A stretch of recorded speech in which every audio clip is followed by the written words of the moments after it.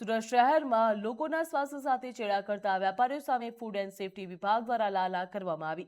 સતત 7મા દિવસે પણ શહેરની હોટલ અને રેસ્ટોરન્ટમાં ફૂડ સેફટી વિભાગનું સઘન ચેકિંગ અભિયાન હાથ ધરવામાં આવ્યું હતું, જ્યાં 7મા દિવસે ફૂડ ટીમે 237 હોટલ અને રેસ્ટોરન્ટમાં તપાસ હાથ ધરી. આ દરમિયાન 203 કિલોથી વધુ અખાદ્ય ખોરાક મળી આવતા તેને સ્થળ ઉપર જ નાશ કરવામાં આવ્યો હતો. 105 હોટલોને નોટિસ પણ આપવામાં આવી છે, જ્યાં સ્થળ ઉપર 5,16,000થી વધુનો દંડ પણ વસૂલ કરવામાં આવ્યો.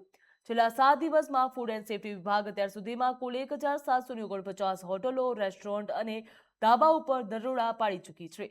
તેમાં 910થી વધુ હોટલ અને રેસ્ટોરન્ટને નિયમોના ઉલ્લંઘન બદલ નોટિસ ફટકારવામાં આવી છે. આ 7 દિવસીય મેગા ડ્રાઈવ દરમિયાન ફૂડ વિભાગે કુલ 6 ટનથી વધારે અખાદ્ય અને વાસી ખોરાકનો નાશ કર્યો. આ ઉપરાંત બેદરકારી સંચાલક પાસેથી 33,82,000થી વધુનો જંગી દંડ પણ વસૂલ કર્યો છે.